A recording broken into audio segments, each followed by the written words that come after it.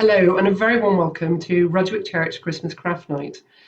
Unfortunately, we can't all be together this year, but it does give me an opportunity to welcome you into my kitchen, and it gives us access to equipment and the ability to do things we wouldn't normally get a chance to do, so there's always a positive. This year, when I got asked to do this, my first thought was that this year is so full of changes and we really don't know what's ahead of us. And so it makes sense for us to look at doing a couple of things of baking or cooking that are adaptable, that we can easily prepare earlier or put in the freezer and leave for later if we need to, but also that's easy on the budget. So that's what I hope to do. So the first thing we're going to look at is how to do a basic Christmas wreath. Now, this is a really fantastic thing to do with puff pastry. It looks great. It looks like you spent a very long time on it, but it's very, very quick and easy once you know how to go through it. The other nice thing about this is you can use a lot of different fillings for it, depending what it is you want. So you could use sausage meat and basically turn it into a very fancy sausage roll. You could use Philadelphia or Boursin mixed in with, say, some spinach, and that's a slightly healthier, maybe a side at lunch or as a snack for people. My lot generally prefer it to be sweet, so we often just go for the really easy Nutella option. There are other hazelnut spreads available, but you can just put Nutella in, or my preferred one is a pecan mix. So I'm just going to show you very quickly how to put that together. For this dish, we'll need 175 grams of pecan nuts, 25 grams of plain flour. If you have none, self-raising will do. 100 grams of sugar, ideally brown, but again, you can use anything you've got. 1 egg, some puff pastry. Later on, you will need a bit of icing sugar and whatever flavouring you'd like, whether it's cinnamon, allspice, chocolate, or vanilla.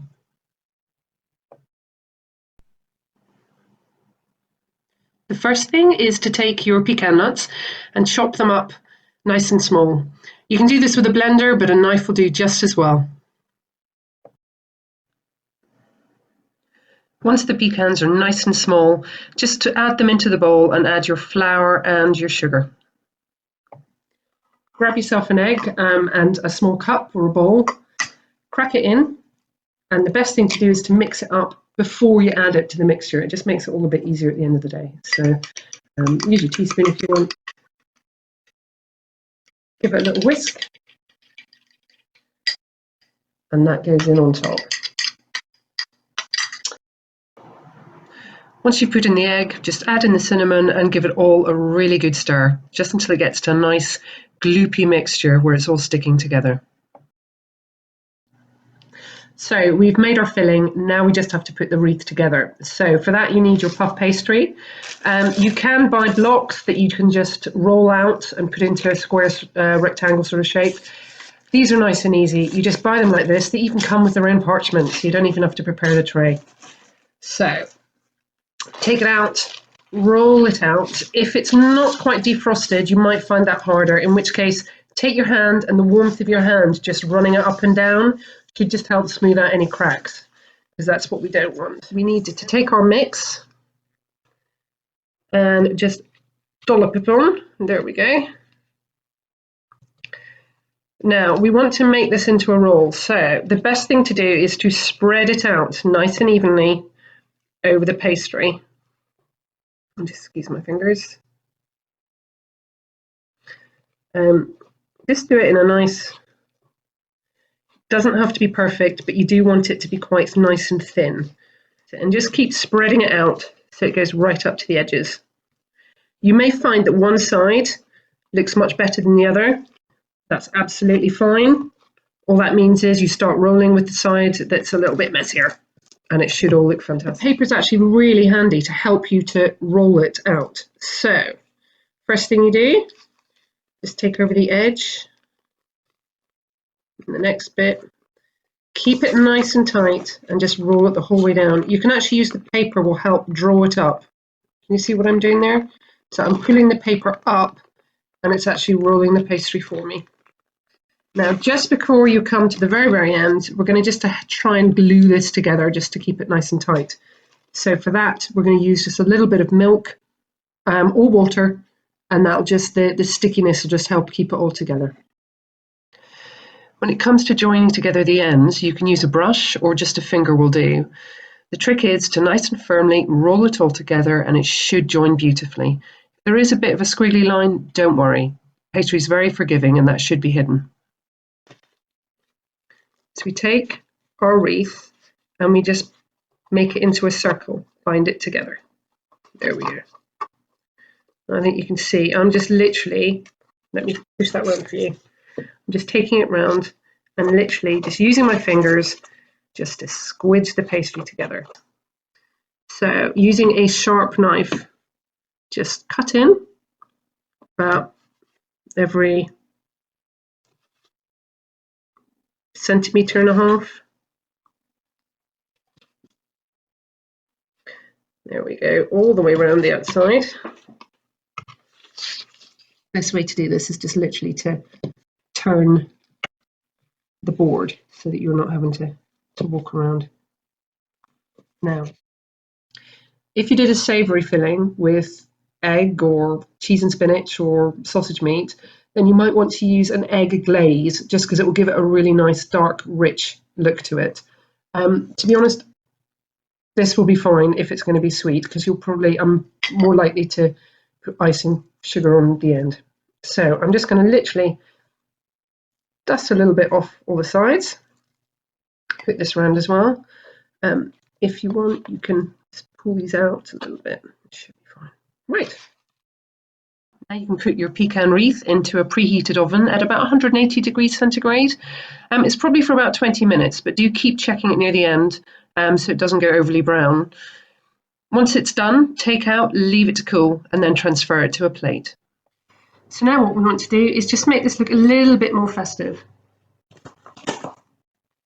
So get yourself a mug, some icing sugar, it's a great way to use up odd bits and bobs, and a tiny bit of water. You only want so much.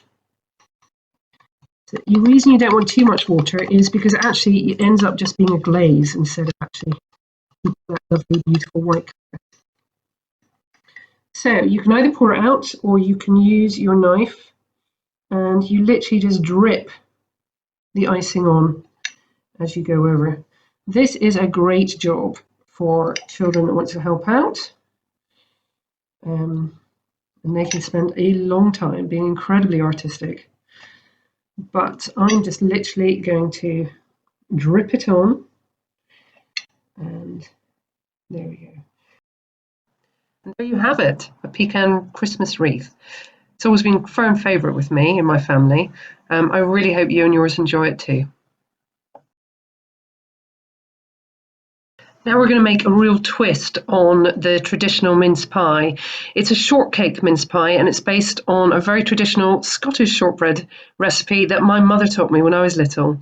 It starts with 250 grams of butter, 275 of plain flour, 75 of ground almonds, 50 grams of sugar, and in this case we're going to use a jar of mincemeat. Throughout the year you can also alternatively use some chopped chips or some other filling if you prefer. When we were little, we used to have to stand for what felt like hours, sifting through with our hands, blending the butter and the flour to get it all crumbly. But I just don't have time for that anymore. So a speedier trick is just to put the butter into a microwave for about 45 seconds to a minute and melt it down. So once you've got your butter, what you need to do is to add flour. I've got 275 grams here. You want to make this gluten-free. Gluten-free flour is absolutely fine. Then add about 75 grams of almonds. It's just chopped up almonds. If you're worried about nuts, you could use rice flour. It just gives it a bit of texture. So the rice flour makes it a bit gritty. The almonds makes it a bit crumbly. So it's up to you which way you want to go. And then you're adding 75 grams of sugar, just normal white caster sugar. Now, for a basic biscuit recipe, that ratio of solids to sugar is actually quite high. So it's not the worst biscuit to be giving people with. So, as you do this, just make sure you keep moving your mixer. If you leave it anywhere too long, it's going to actually bulk up your biscuits. So what you're trying to do is to create almost like crumbs. So you can see it's really started to clump up now, so that's time to stop. We're just going to put half of it in the base of the pie dish. So just take a small metal spoon.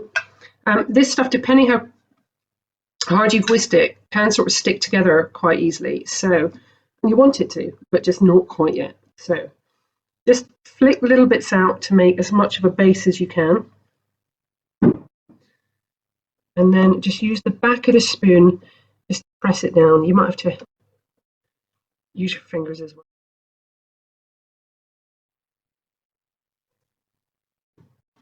Don't be scared just to press quite down, quite firm. And if you need a little bit more, it's always guesswork. Don't worry too much. Now, this is not a perfect biscuit. It's not there to look absolutely pristine. So don't get too stressed out if one bit's slightly higher than the other or the edges aren't quite fitting. It will all sort itself out in time. As the mix heats up, it sort of liquefies again slightly anyway, so it will fill in any gaps that you've left. So don't worry. It's extremely forgiving. One thing that is worth doing is go right around the outside and tap it down so that it's nice and firm, because when you cut this, you do want to be able to lift it up without it falling apart. So that's how far we got. So next thing we need to do is to fill it with mincemeat. Now again, mincemeat is something people feel strongly about. And if you always make your own mincemeat, then feel free to do so here. But it's just as easy to go and buy a jar. And then if you want to personalize it, you can do so. Orange rind, a bit more cinnamon, a bit more brandy, whatever you feel, or chopped chips, obviously, and whatever you feel is needed can go in here. Now, don't make this layer too thick, otherwise it's just going to turn into a massive dish. Now we're going to take top. So what I'm doing is I'm just chopping it up a little bit in the bowl first, so it's nice and easy to spread and sprinkle over the top. So just chop it as it comes out. Mince pies are actually quite fascinating when I started to look into their history. They were started to be associated with Christmas back in the 1300s, and apparently it was all the spices that were coming back through the Crusades. They were using those spices in order to have mutton well into winter. And so they would use all those spices to be able to preserve the meat. Now, that's where the name came from. It wasn't minced pie, it was minced or shredded, and eventually it became Christmas pie. But it was the meat was shredded up, mixed in with lots of fruit and spices. Originally, they would have 13 ingredients to echo Jesus and the apostles, but also it was a much larger pie. It was quite a large size and an oblong shape in order to echo the manger. And that would have been quite a traditional thing to eat on Christmas Day. But as it progressed through the ages, it became more and more of a sweet rather than a savoury pie. And nowadays, we have absolutely no meat in it at all, apart from the suet. We still use animal fat in the mixes. But I'm just rather glad that we can just buy one out of a jar rather than all the effort that used to go into these. So, all we need to do is now put that in the oven for about 20 minutes. So in order to make it easier to hold, because it is going to get quite hot, just put it onto another baking tray underneath if you've got one, and then that's nice and easy just to put into the oven.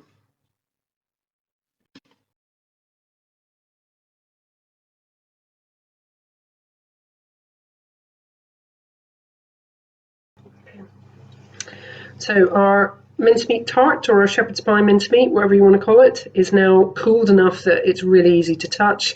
You want it to cool enough that the shortbread hardens.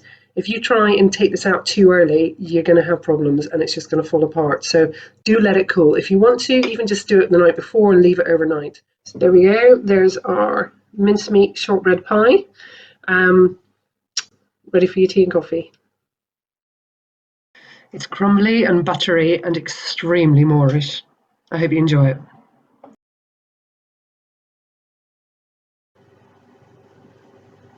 So we wait for that to bake and hope that the dishes will somehow do themselves. Let's just take a moment to think a little bit about Christmas. Well, Christmas for us is a crazy time of year in this house. We've got so much going on between events at the school, at clubs, friends, trying to get people from one place to another, just the general day-to-day logistics, and then add on extra deadlines at work and expectations. And people have big expectations of Christmas itself. Now, I don't know what's going to happen this year, but I do know that here it's going to centre around family and being together. Now, that can bring its own challenges, let's face it. People have different ideas about how Christmas really should be spent, what we should be doing, what we should be eating, where we should be going. But it's all unimportant in the grand scheme of things. So I'm going to make sure that this year I really do just sit back and take some time, slow down to think about the real meaning of Christmas. And I have to admit, for me, it's all about hope. As the days start to lighten, I think Christmas, we celebrate it. It's such a special time of year. We're looking at the birth of a tiny, humble little baby and the massive change he made on the world. It's about hope, not just for me and my family and my community, but for all of mankind. It's a time where we remember about being together, about what makes us the same. It's a time where we can look to the future and try and find in our hearts way where we can all work together to make a better kingdom, and one where God and caring for people are at our forefront. Amen.